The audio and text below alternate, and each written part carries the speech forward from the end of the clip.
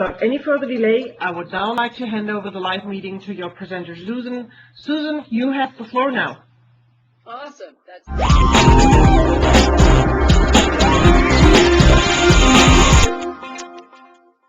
All right then. Wow, nobody warned me I was going to be the last session of the summit. So you guys have probably already seen some fabulous content. I know I've seen some great stuff going on. And what I'm going to do today is I want to take you guys to sort of a certification 101, because some of the new benefits that are available for you guys as student partners. So my name is Susan Ibeck. I'm actually a technical evangelist in Canada. So I'm actually out in Niagara Falls at the moment, only about a 15-minute walk from I think the largest falls in the world in terms of volume of water. But today what I'm going to do is I'm going to be talking to you guys about certification. If you do have questions later on, you've got my email address there and my Twitter handle, Hockey Geek Girl, because I am a Canadian, and like most Canadians, I do love my hockey, so I do fit the stereotype. So let's just jump in and let me give you an idea of what I'm going to be covering in this session so you know what you're really going to get out of it. One of the benefits you have as a Microsoft student partner this year is the ability that if you were to publish a Windows 8 app to get the exams for the MCSD, Microsoft Certified Solution Developer, for free. Or if you do a demo, to get the exams for the Microsoft Certified Solutions Associate, MCSA, for Windows Server 2012 for free. So in this session, because a lot of you may have never actually taken a Microsoft certification exam before, basically I'm going to give you some tips on how to prepare for that exam, strategies on how to take the exam itself, and help you make sure you understand what's involved in going through that certification path. So that when you're done this session, you should really have a very straightforward action plan, step by step, of how to select, prepare for, and take your first step towards getting that Microsoft certification, which is a great benefit you have this year. So you've really got this awesome opportunity this year, because as a Microsoft student partner, for the first time, if we have this offering that if you actually publish an app in the Windows Store, that you can actually get the MCSD Windows Store exams for free. That can allow you to get your Windows Store certification. And also, if you were to create an actual demo for us, and all the details for this will all get announced to you in October in terms of exactly how do I say, hey, I've published my app, how do I get the exams, you'll get all that information in October. But again, also if you create a demo, you get to take the exams for the MCSA Windows Server 2012 exams for free. So that's a fabulous opportunity, because normally people have to pay for these exams to earn these certifications. So this is a really great benefit that we've added to the MSP program this year. So I'm really looking forward to seeing the MSPs take advantage of it. Now, one of the things that often people don't realize when they're getting ready to take Microsoft exams is you probably already know some of the exam content. If you've published an app, which you would have to do to get the free MCSD exams, then you must know something about Windows 8 if you've published a Windows 8 app. And the stuff you learned by building that Windows 8 app, you're going to find some of that content you learned to build the app is going to be on the exam itself. And a lot of people are already playing with Windows Server 2012, and there are, of course, some things even in Windows Server, earlier versions of Windows Server that are similar to 2012. So you may be surprised by the fact that you already know some of the content that you're expected to prove you know during the exams itself. So the trick is figuring out how do I take what I already know and turn that into actual certification. So that's what I'm going to try and help you to do today. And there's basically 4 steps you've got to remember. First step, you've got to pick your certification goal. Figure out, am I going to go do a demo, get my MCSA, or am I going to get an MCSD? And there's actually 2 different MCSDs that I'm going to talk about, so you'll have to figure out which one you want to go for. So that's goal number 1. Just figure out what certification is it you want to get. Step 2 is find the gaps in your knowledge. There's no point in restudying what you already know. So the trick is to figure out what's on the exam that you don't know, so you can focus in on that. Third step, fill those gaps. Once you've figured out what you don't know, then you want to use different resources to learn the stuff that you haven't played with before, so that you'll be ready when you actually do step 4 and take the exam itself. So that's basically what we're going to be covering today. We're going to go through those 4 steps, step by step, and talk about how do I choose my goal, how do I identify the gaps in my knowledge, how do I fill the gaps I have, and how do I prepare myself to take the exam itself, and what do I expect when I actually take the exam if you haven't done it before. So step 1, let's start there. How do I choose my certification goal? Well, as an MSP, this year, your goal is going to be most likely to get an MCSD or an MCSA, because those are the benefits we're giving you a chance to get for free. So for an MCSD, there's actually two different MCSDs you can earn, Microsoft Certified Solution Developer certifications for Windows Store apps.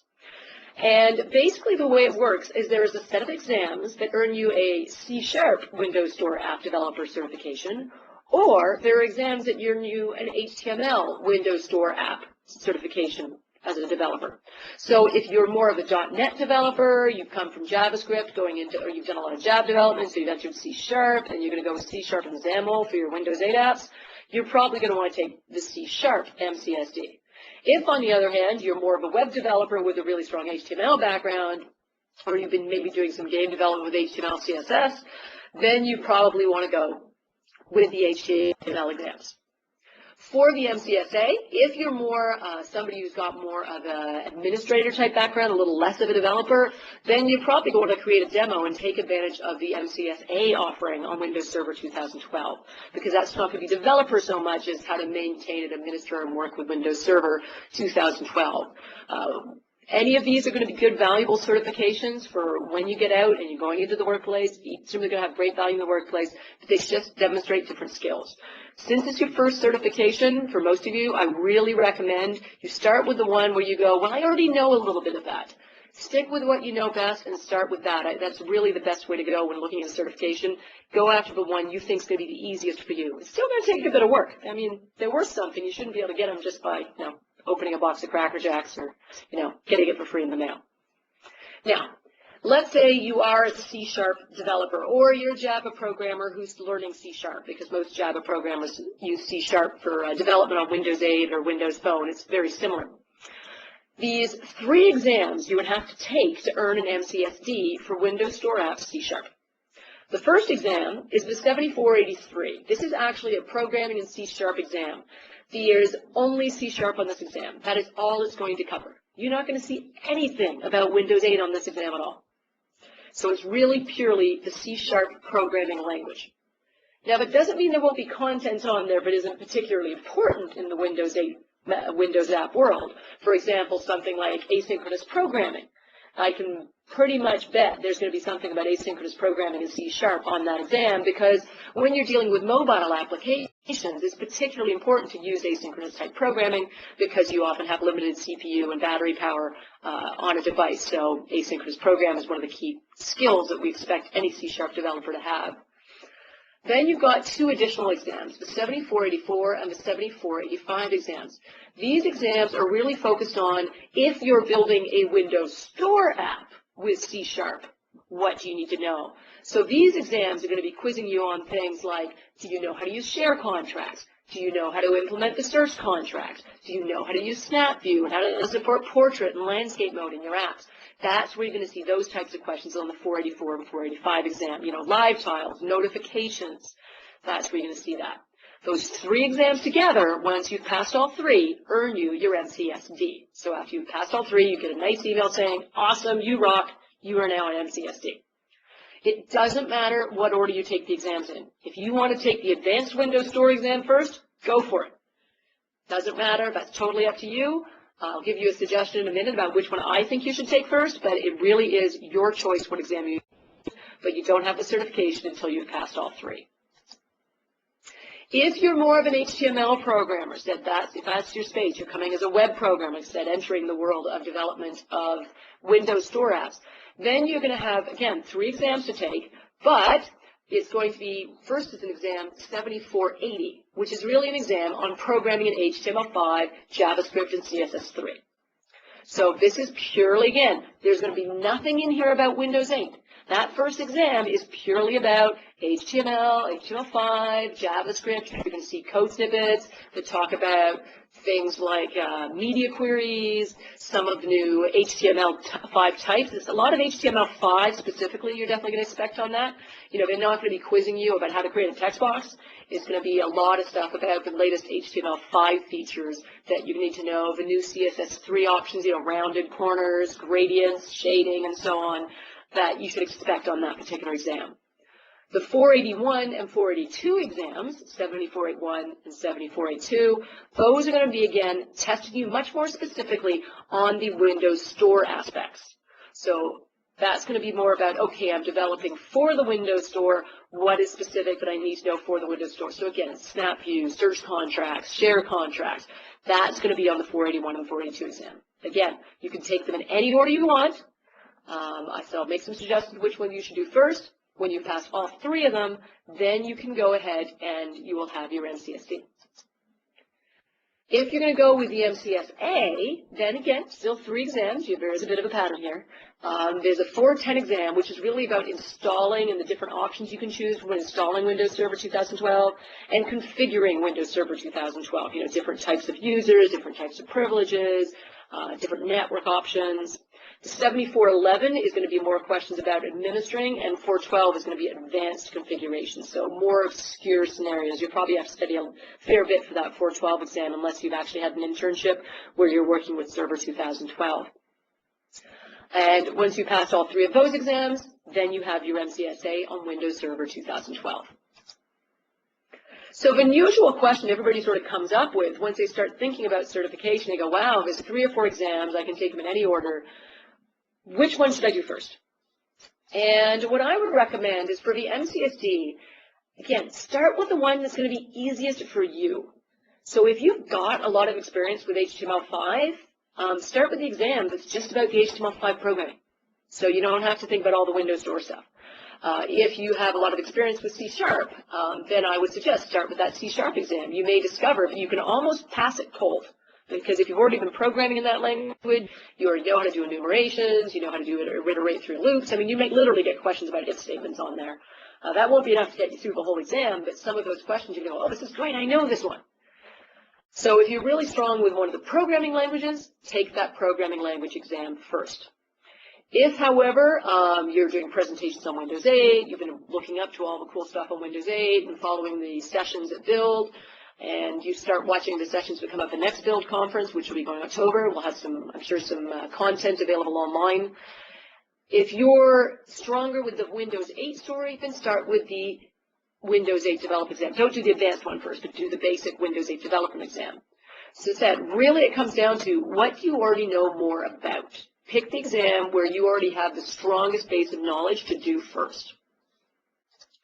For the MCSA, I can't say that necessarily for this particular certification that the 410 is going to be the easiest of the 3 exams, but historically with Windows Server certifications, the installation and configuring exam is usually the easiest one. So that's usually the exam I recommend people take when they're starting any sort of MCSA or Windows Server certification. The installing and configuring one is a really good place to start out. So I would suggest starting with the 7410. Now, I'm talking specifically here about the MCSD and the MCSA, but you may be vaguely wondering, like, if there are other certifications you can earn as well. And there are lots of other Microsoft certifications out there. There's SQL Server, ASP.NET, you've got Windows Server, you've got Exchange, you've got SharePoint, Forefront. Just about every product has a certification associated with it.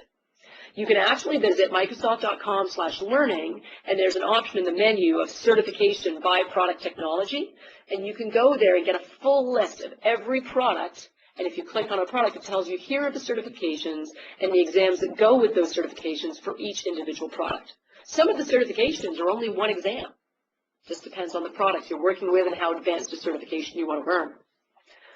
But since you are an MSP, you get to take the exams for the MCSD Windows Store apps for free after you publish an app to the store. You can take the exams for the MCSA Windows Server 2012 for free after you've created a demo. So if you want to do one of the other exams, well, the other certifications, you have to pay for the exams. And they're $150 US each is generally the price for the exams. So you're certainly welcome to do it, but they're not. We don't give you this benefit as an MSP. We only can offer the MCSD and MCSA offerings.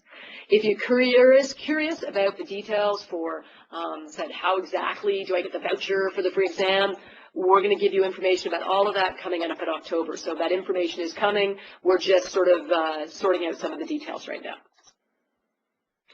So we have set our certification goal. It's going to be an MCSD most likely or the MCSA. The next step is to find the gaps in your knowledge. So don't spend time studying what you already know. Your Bible, what you really want to go to when you're looking up information, is going to be in the Microsoft.com/learning site. You look up your certification, you click on the exam you're going to take, and you're going to see this tab.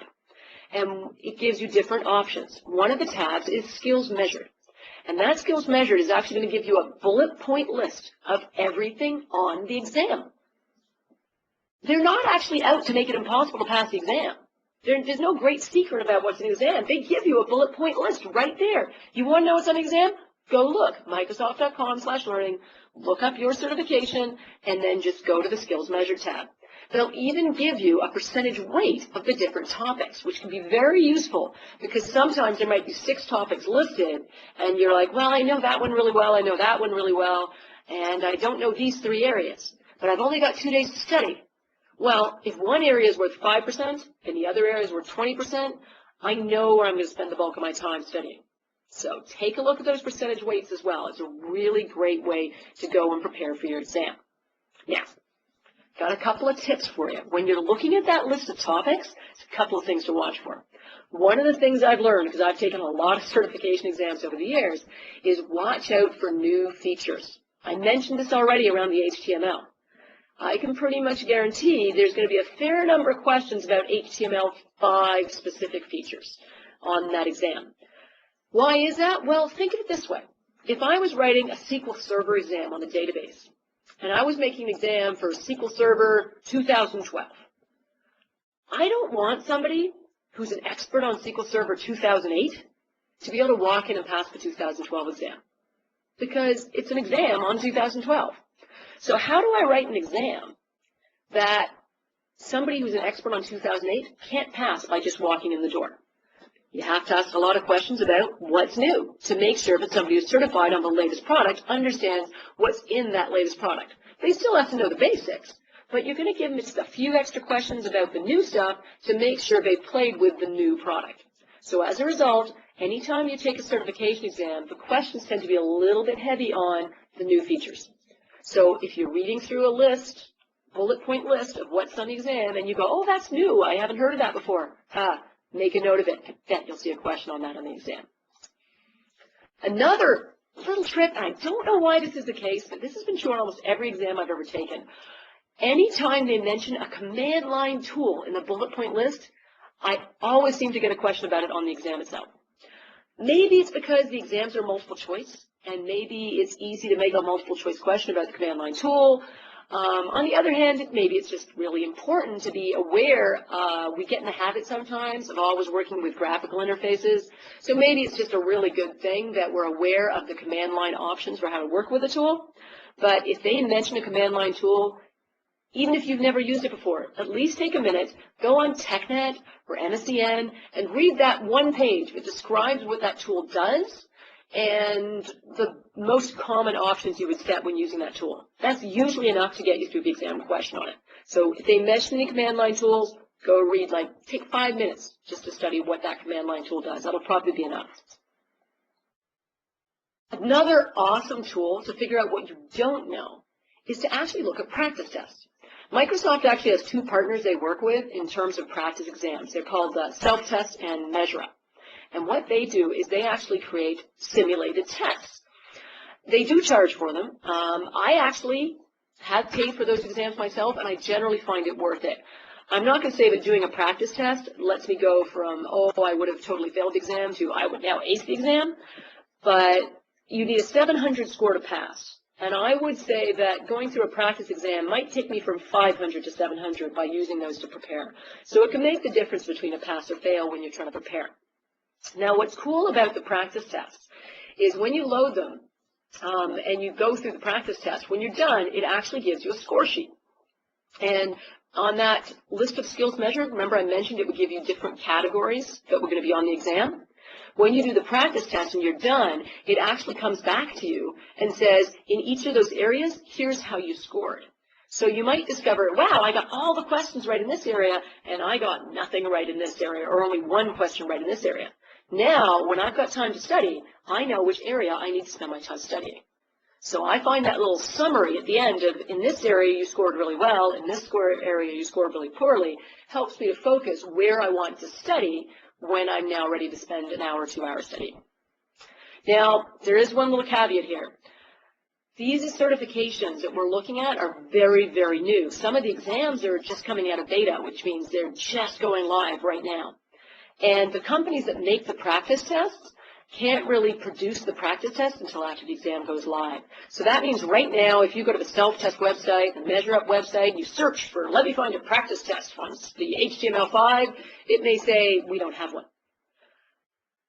That's just because they're really new. But keep in mind that this process, in 1 month, there may be practice tests. So when you're ready to prepare for that exam, go take a look and see if there is a practice test available. So right now, you may not find one, but in a month, it might be there. It just depends. These are partners. They choose when the exams go live in terms of the practice tests. So you have to be a little bit flexible there. But if they are available, they're a fabulous tool. I really like them.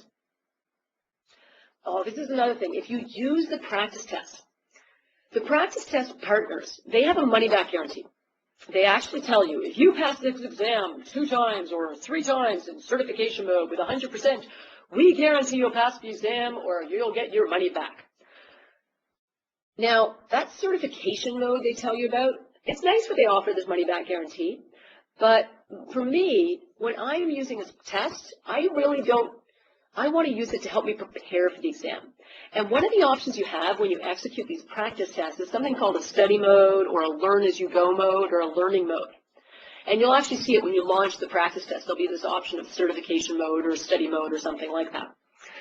When you do it in certification mode, it actually simulates the exam environment. So it'll give you a timer, and you answer every question, and when you've done the whole exam, it just tells you your score.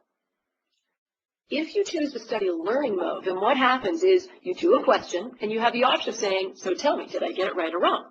So you'll say, like, learn or answer now. And it will pop up and say, oh, you got this question right, or you got this question wrong. And then at the bottom of the page, it actually explains why A was right, why B was wrong, why C was wrong, and why D was wrong.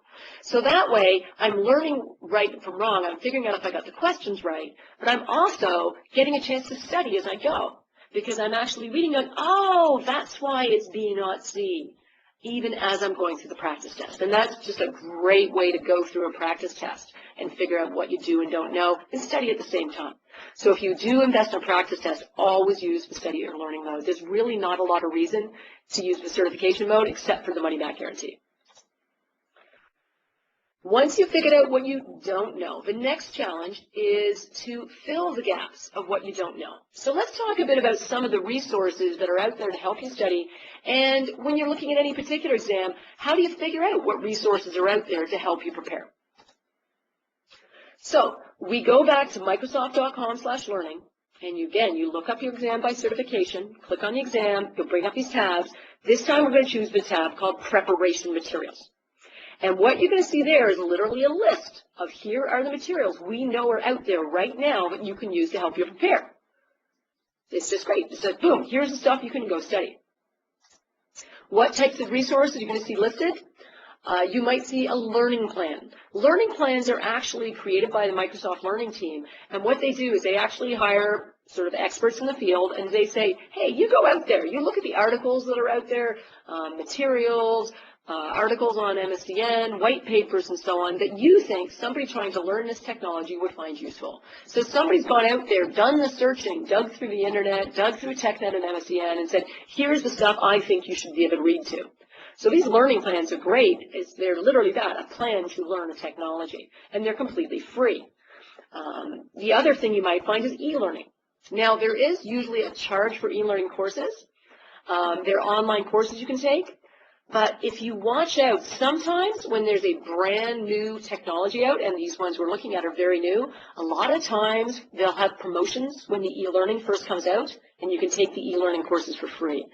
I would suggest keeping an eye on the Born to Learn blog, and the Born to Learn blog usually announces any free e-learning promotions and things like that, or you can just go to if you go to the learning plans, actually, you might see a link to e-learning. You click on it, and it'll tell you the price, and it might say, hey, it's free.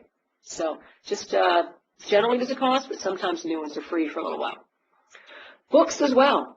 There are lots of books out there, certainly books out there on HTML5, certainly books out there on C#, and there's already a book out there on Windows Server 2012. So yes, there are books out there.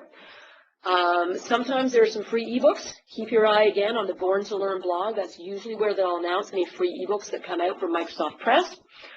Otherwise, if you want to take an exam, if I was taking the Windows Server 2012 exam, I'd spend the $45 to get the book, either ebook or hardcover, but it is valuable to have a resource to go and read through. So books are definitely a resource. MSDN and TechNet. A lot of times when I'm reading through the what's on the exam skills measured, it might mention a programming feature I don't know. I'll go look on TechNet, I'll look up that feature on TechNet, read 2 pages and go, okay, I get it. I understand what it's for now. And a lot of times that's all I need to do. And for some of the exams, the more popular ones, you'll actually get exam guides. So they're actually books that are designed to prepare you for the exam that contain practice questions right inside them. There aren't any published for the exams we've been talking about yet, but those may come out soon and could be available for you. So sometimes you'll actually find exam guide books that are specifically designed to prepare you for an exam. You will generally have to pay for them, but they can be, of course, a good resource as well. Now, these are brand new exams. Windows 8 Store, Windows 8 hasn't even dropped yet. It's not even going to go live till October 26th.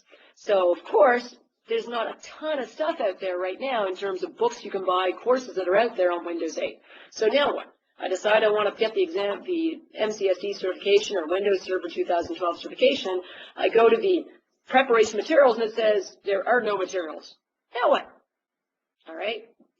Then I'm going to go back to that skills measure tab, and that's going to be a checklist. And I'm just going to read through it and look at what it says I need to know. And then, you know what? I'm pretty much going to bing it. I'm going to go and do an internet search for those different features. I'm going to look on MSDN, look for results that are on MSDN that explain that feature, on TechNet. I'm going to look for blog posts that are really well written. dev.windows.com is particularly good if you're doing anything around the Windows 8 exams. For HTML5 and C#, there are lots of books and web resources out there that will explain, how do you use the video tag in HTML5, or how does asynchronous programming in C# work. You're going to be able to find lots of blog posts and content out there and stuff like that. And do keep an eye out. There's the link on here if you download the presentation later for the Born to Learn blog, where you'll often find some free ebooks that you can use for resources as well, or free e-learning. This is actually, I did a little digging before this presentation. If you're going to work on an MCSD with HTML, CSS, JavaScript, right now there's actually a free ebook you can download on programming Windows 8 apps. So that would be a great resource that you can download right now for free. So that's a good one to look at.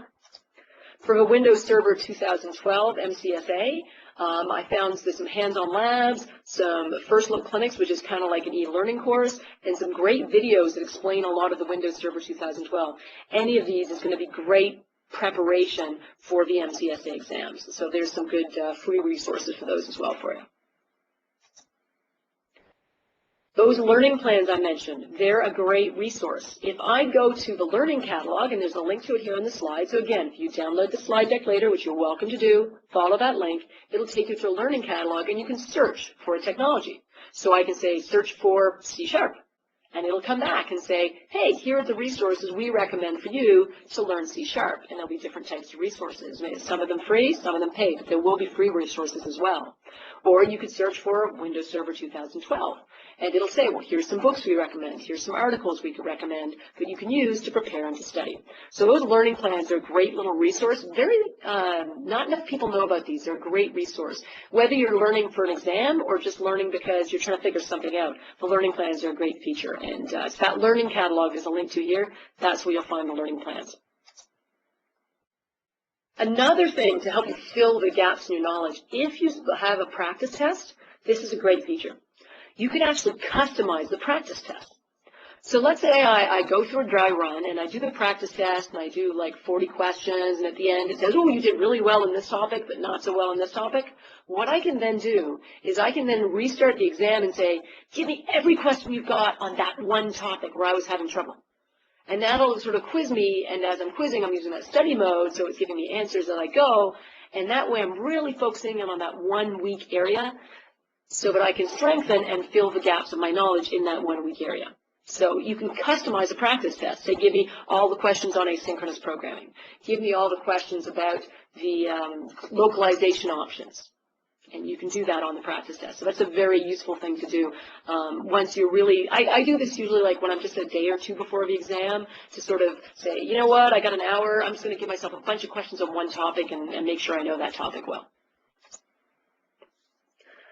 Once you've filled in those gaps, now you're ready to think about taking the actual exam.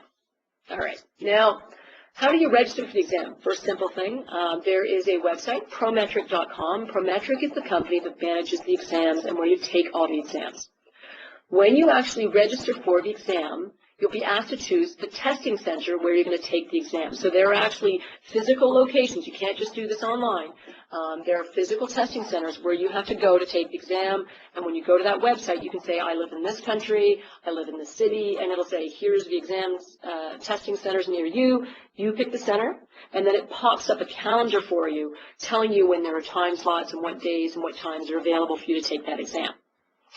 What I would recommend is if you decide you're going to get the certification, book a date and time and before you even start studying, because it gives you a deadline. If you go, yeah, I'll get around to it, you know, I'll do that later, you know, when my midterms are done or whatever, we all know how things go. You forget about it, you don't get around to it. Whereas if you say, all right, you know what, I'm going to schedule it for December 28th. That way when I'm done all my exams at school, I'm going to have a week to study for it, and then I'm just going to go take the exam.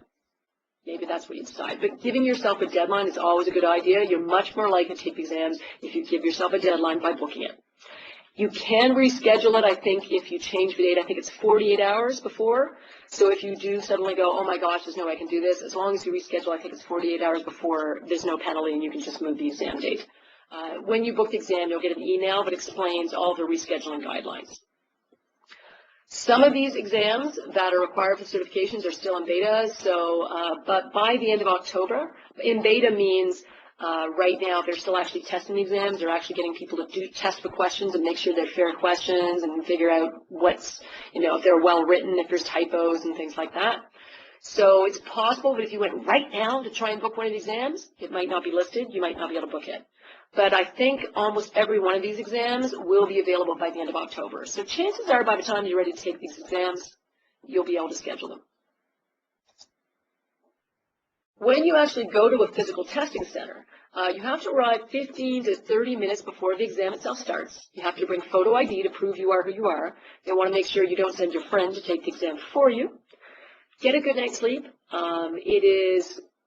I would not recommend staying up till 3 in the morning studying. I know you guys are students, you may be good at this. I'm too old for that now. But getting a good night's sleep will usually pay off more than staying up till 2 in the morning studying. So do get a good night's sleep before you take that exam. It is closed book. They will ask you to leave your cell phones, your mobile devices, and so on at the door. There's actually going to be a camera monitoring you when you take the exam. They take this very seriously because a certification wouldn't have a lot of value if people could cheat. So this way we know when you pass that exam, it's because you knew the content of that exam. And that's what gives the certifications value. So yes, these exams are taken very seriously, and that's what gives them value. So absolutely said no cell phones. It said there's a video monitoring you when you're taking the exam and so on as well. You do get, you're not allowed to bring things into the exam room, but they do give you at least a sheet so you can take notes. Because sometimes when you're reading a question, I know I like to sometimes sort of work it out on paper or make notes to myself as I'm doing the exam. If I remember something, I want to jot it down.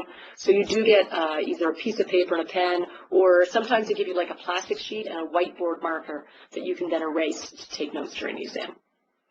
One tip I do have, sometimes an exam will have something. It'll ask a simple question. There was an exam I took where it had questions about the trace levels you could choose when doing debugging. And I had to remember like trace level 0, 1, 2, and 3, and 4. And one level was errors information, one was errors and warnings, and one was information only, and one was trace turned off. And I always had trouble remembering if 0 was no tracing or 0 was the most tracing and all the different settings. So it was just these 4 things I had to just memorize. So what I did is I kept having trouble remembering them. So what I did is I had them written on a piece of paper, and I went to go schedule, and I checked into my exam and gave them my ID, and I'm looking at the piece of paper, reviewing those 4 things over and over, going, got it. Then, of course, I can't take that piece of paper in the exam room. Crumple up the piece of paper, throw it away. They take me in the exam room, and I took my piece of paper they gave me and immediately wrote them down while I still remembered them. And sure enough, when I got the question, about 10 questions later, I'm like, aha, I wrote those down for myself when I came in while I still remember them. So just a little tip that can be useful if there's something you're having trouble remembering. When you start the exam itself, do not panic. You're not going to get 100% on this exam. You won't. I will be very shocked. In fact, Microsoft gets worried if too many people get 100% on the exam. They start thinking somebody cheated, made a copy of the exam, and posted it onto the internet somewhere. So we don't want you getting 100% of the exam. We want you to pass if you studied, but we do not expect people to get 100%. So that might be different than what you're used to, perhaps, if you're a really great student. But but don't panic. You'll be doing the exam, and one of the secrets about Microsoft exam, it's not secret. It's not that I'm not allowed to tell you, but it's something a lot of people don't realize. The pass mark for an exam is 700.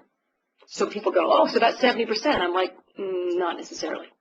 The way it works is when they come up with a new exam, they actually do this beta testing, which we're doing right now for some of the HTML5 exams.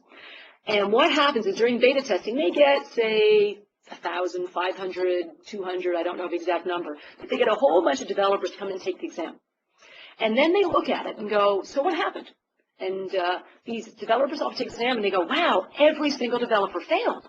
Oh my gosh, we made this exam too hard. Or, oh my gosh, everybody who took this exam got 95%. We made this exam too easy. So what they'll do is they might change some of the questions, take a few out, put some new ones in. And the other thing they might do is say, you know what? Since everybody failed, let's make the pass mark 60%. So 700 might be 60%. Or if everybody did really well, they might say, we're going to make the pass mark 80%. So 700 points might actually be an 80% mark. It depends on what happened during the beta testing. So they're really trying to sort of standardize it based on real programmers took this exam, how did they do? And based on that, they figure out what's a reasonable pass mark. They always say 700, but just so you know, 700 is not necessarily 70%. And that's why I say never, ever panic on an exam. Because maybe if you go through the first 5 questions and you get them all wrong, and you're going, I have no idea what this answer is. I don't know this question at all. And you're going, oh my gosh, I'm going to fail the exam. I have had that happen to me, where the first 5 questions in a row, I'm like, I have no idea, I have no idea, no idea. And I'm like, oh, I'm going to fail. And you know what? I passed. Maybe it's because I knew the next 5 questions. So never give up halfway through the exam. Finish the exam. You never know. I have taken exams where I was convinced there's no way I was passing, and I got 700 on the dot, or 730, or 710, and then, oh, after all, I passed. You don't lose points for answering a question wrong. So instead, if all else fails, at least just guess an answer. Never give up halfway through. Keep going. Hey, you're in there. You've made the effort to come finish the exam. So never panic just because you hit a few questions in a row and you don't know the answer. Maybe you're doing one of the tough ones and you only need 60% to pass. There are going to be some similarities you see in all the exams you take. Exams will generally be between 40 and 60 questions. They're going to be multiple choice. And the pass mark is 700. Though, as I mentioned, 700 is not actually 70% based on that beta testing. You'll have between 1 and 4 hours to complete the exam. Generally, you don't need 4 hours to do it. I have never had someone tell me I would have passed it if only I had more time. So most people finish it in sort of that 2-hour type time frame. It's a typical sort of time to finish an exam. But you'll have somewhere between 1 and 4 hours to complete the exam. There are a few exams out there that actually have simulations where it will actually spin up a virtual machine and it'll say, please do the following task. And when they do that, it's actually, they don't care how you complete the task. It actually will be scored based on the state of the VM when you're finished. So it will actually, so whether you use command line to do it or whether you use GUI to do it doesn't actually matter. So when they do those simulations, it's based on the end state of the virtual machine when you've completed the task. So most of the exams, though, are just multiple choice. Don't think there's any simulations on the MCSA or MCSD exams at the moment. Every now and then, I've had this happen to me before, I'll be on a question, and at the bottom, you answer the question, and at the bottom, there's a previous and a next button to navigate between the questions. And every now and then, I'll answer a question, I'll look down, and the next button is grayed out. It's not enabled. And I click on it and nothing happens, and that's when you start to panic going, oh my gosh, there's something wrong with the computer and I'm going to have to reschedule the exam and I was all ready to take it today. No. By law sort of thing, there's a requirement that they have to make sure you've read the entire question. Sometimes you look at the question, you look at A and you go, A's right, click, I know it's A. But maybe because of the screen resolution, to read the entire D, you would have to scroll down a little bit. The next button won't be enabled until you scroll to the bottom of the screen. So that's just one of those things to watch for. If you ever see the next button's not enabled, scroll down. And I bet suddenly the next button will get enabled for you. So that's just a little tip because I've seen people freak out a bit with that. Yes, another thing a lot of people wonder is, okay, if I'm going through the questions, when I finish the exam, can I go back and change my answers? Absolutely. So you go through the questions. And there's even the ability to mark a question for review. So if there's a question you're looking at going, I think I want to come back to that one later, there's a little checkbox you can say to do mark for review. And then when you've finished all the questions, it'll bring up a summary screen that lists all the different exam questions, 1, 2, 3, 4. And if you mark them for your review, you'll see the little check marks. And then you can just go click on those, go back and check the exam, what questions you wanted to go back to. So, if it's like, well, if I have time, I'll come back to this question, you can absolutely mark them for review and come back to them. Another thing to keep in mind is the 80-80 rule. Microsoft exams are actually designed to test you on the 80% of the features that are used 80% of the time by 80% of the developers. It wouldn't be helpful to have an exam that just tested you on a bunch of weird, obscure features. Because if I'm a developer and I'm going for a job at a company and I say, hey, I have my MCSD on Windows 8 Store, and then you walk into that and the only stuff you know is weird, obscure features, but you don't really know how to build an app, what value is that certification? So the exams, sometimes people sort of go, oh, they're going to ask me all these trick questions on the exam. Actually, no. We've told you what's on the exam. We want to test you on what we think developers need to know to build Windows Store apps. That's what's going to be on the exam. They do follow this 80-80 rule when they develop the questions. So, I said, they're not out to get you. It's not out to be trick questions. We're really trying to make sure that if you take the exam, you know what a developer should know, or for Windows Server 2012, you know what an administrator should know to be able to do this job. Because then the certification has value. A manager hiring you with that certification says, I know you're going to know how to get going with Windows 8 or Server 2012 because you have that certification. Otherwise, the certification itself wouldn't have value. That wouldn't be good for anyone.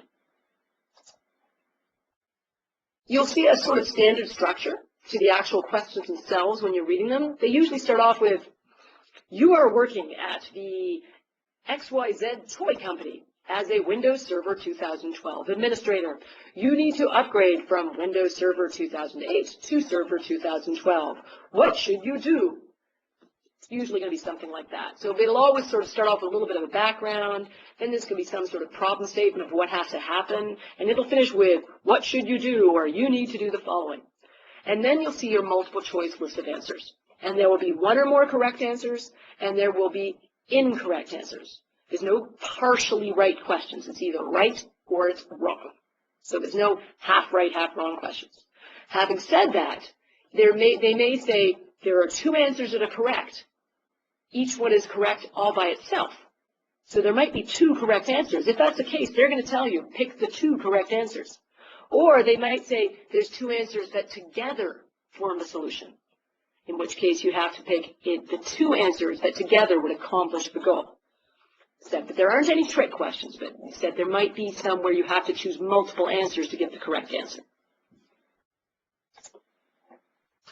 So there's different ways that they can ask you to provide the answers. Said there's multiple choice single answer. That's what you can encounter the most often, where literally it just says, what's the right answer? A, B, C, or D. And you have to figure out which one is right.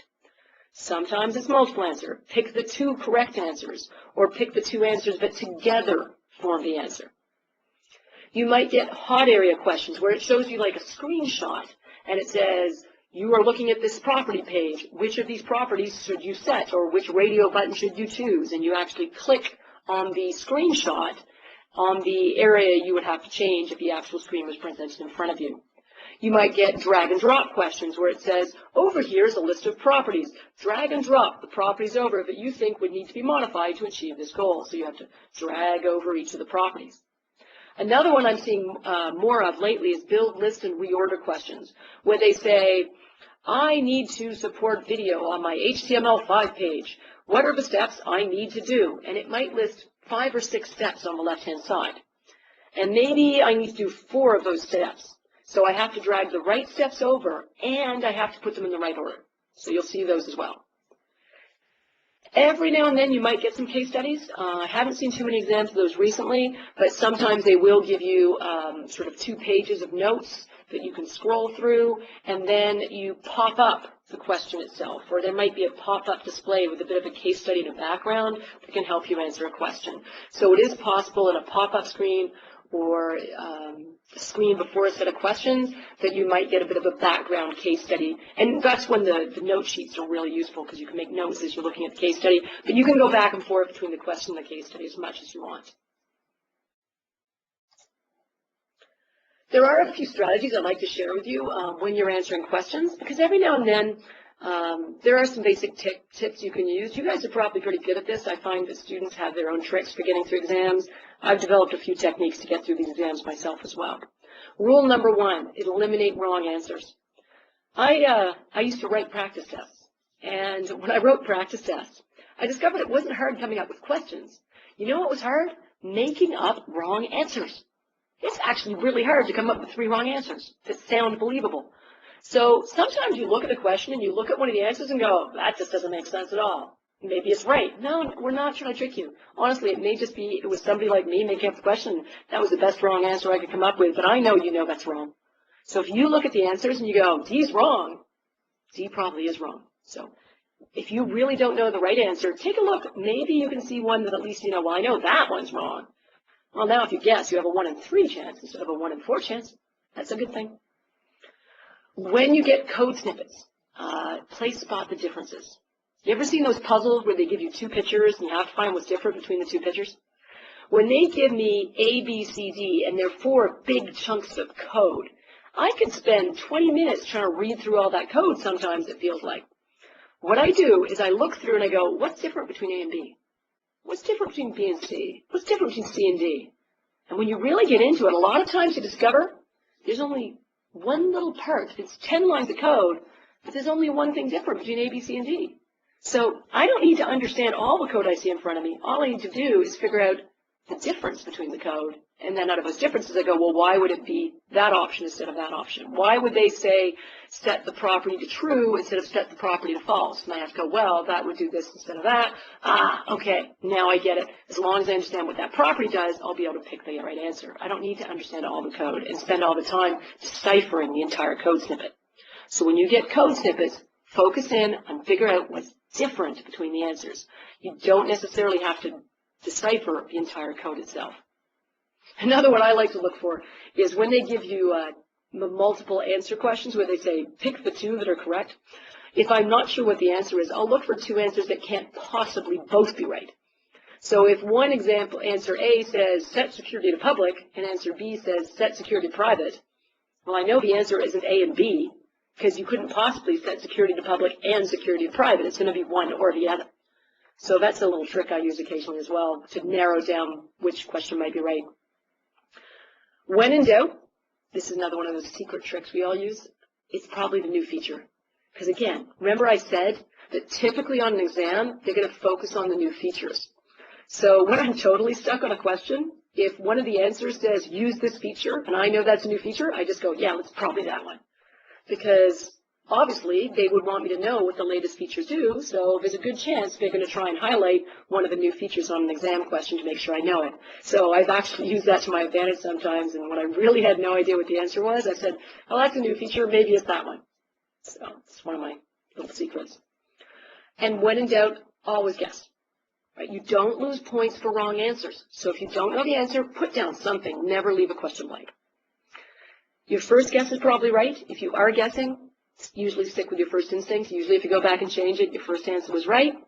And if there is a question you really, really don't know, use that mark for review checkbox. Every now and then, you'll get to question 7 or 17, and you'll read the question and go, wait a second, this code snippet mentions that feature, they were asking me about back in question 2. So sometimes when I'm reading question 17, it helps me figure out the right answer to question 2. So every now and then, a later question will help you figure out an earlier question. Just once in a while, you can get 1 or 2 points that way. Now what I'm going to do is I'm going to show you guys a couple of sample questions. Now, I have deliberately given you questions here, but have nothing to do with these exams, because I want to help you think about those strategies we were just talking about and how we could use them if presented with a question where we go, I have no idea what the answer is. I'm going to help you get good at guessing. You are a database administrator for a company. Your company stores all its product data in SQL Server 2008 database named products. Eric is a user in my database, and he complains he cannot access the tables created by another user, Adam, through a stored procedure. So he's got a stored procedure that's accessing some tables. But Adam can access all the tables through the stored procedure. You need to ensure that Eric can access the data while minimizing excessive permissions. And here are my choices. And I know you guys don't know SQL Server. And here are my choices I get. I could grant the create table permission to Eric. I could get Adam to recreate the stored procedure with an option set. I could grant DB owner to Eric. Or I could ask Adam to recompile the procedure with another option. I'm going to ask you for a second. Are there any answers here that you think, oh, that can't be right? And I bet every one of you can eliminate at least one of those answers.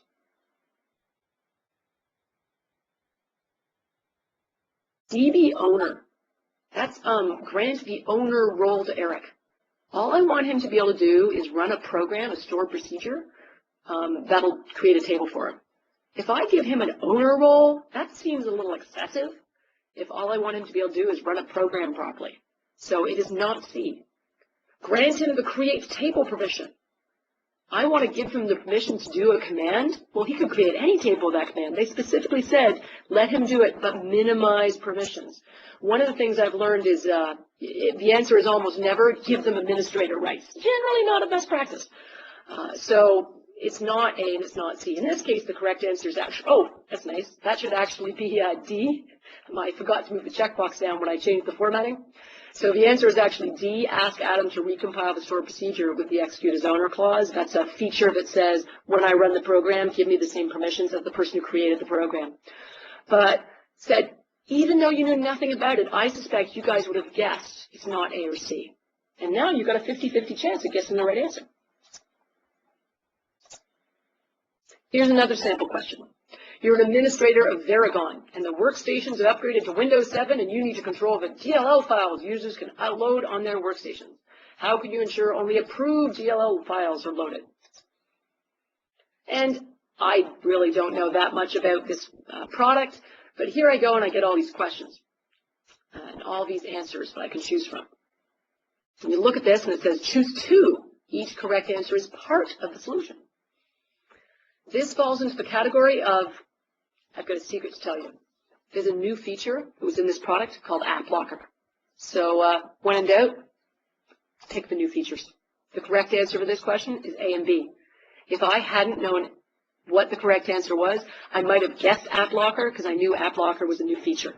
So this is one of those ones where I go, well, App Locker's new, maybe this A and B. And in this case, that would have worked.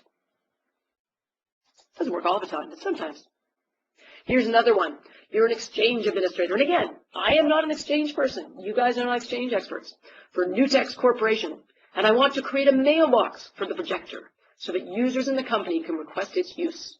I need to create a mailbox with the least number of steps. So I want to create a mailbox for the projector. And it goes, here's my options. And you look at this and go, look at that code. Man, do I choose projector-alias? And you start reading and go, wait a second. This is when we want to do the spot the differences. Because if you look closely, the only difference between these is A says, say it's dash equipment, B is dash room, C is dash equipment, D is dash room. Oh, wait a second. That's the only difference between those ones. And the other difference is whether or not I specify the one of the principal names.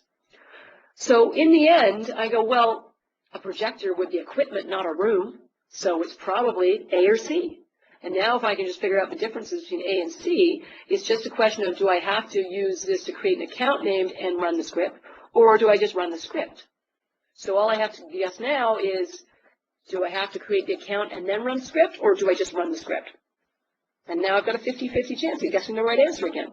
So playing spot the differences really pays off with big code scripts. Again, I don't have to know SAM account names and what all these other properties are. I just have to figure out what the differences are. By the way, correct answer was C. You don't actually have to create the account first. The script does it for you.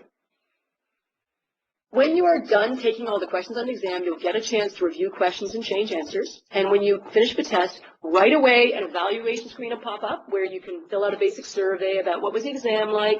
Then, after the evaluation, you'll actually see a screen pop up, and hopefully that screen says you passed.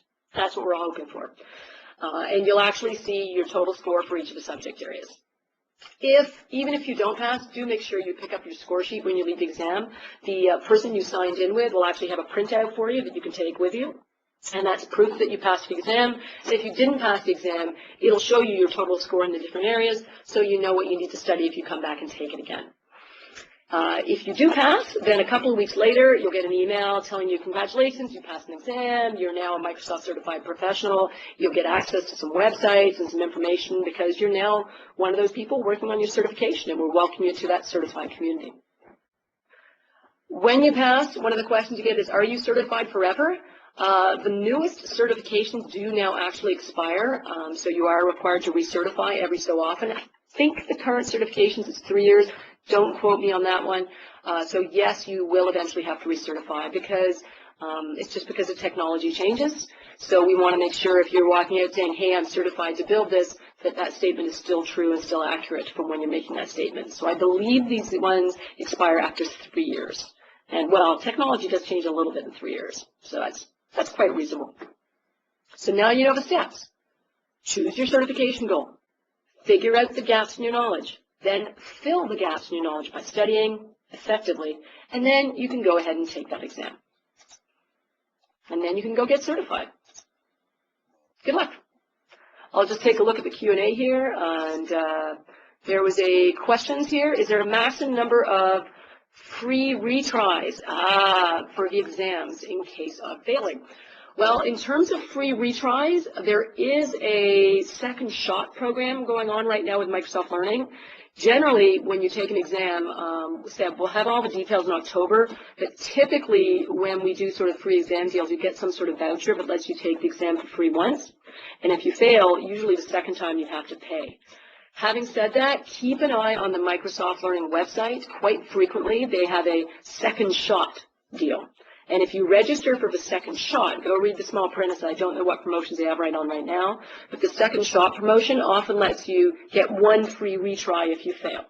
So keep an eye when you're ready to take the exam. Go check the Microsoft Learning site and see if they're doing a second shot program. Register for that before you register for your exam. Then you could get a second try for free. Are there any other questions? Hey, Susan, it's Michelle. Thank you so much. That was an amazing presentation, our nice last session for our very first ever MSP Virtual Summit. And I can't thank you enough. That was totally cool. All right. I'll turn off the video and I'll let Andrea take over. All right. Thank you.